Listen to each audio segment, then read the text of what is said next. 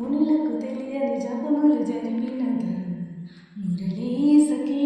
వెనుకటి బ్రతుకున చేసిన పుణ్యమిదా తనువున నిలువున తొలచిన గాయముని తన జన్మకి తరగని వరముల సిరులని తలచినదా కృష్ణ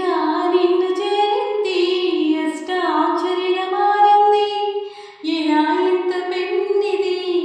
వెదురు తాను పొందింది వేణు మాధవని సన్నిధి ఈ శ్వాసలు చీరితే గాలి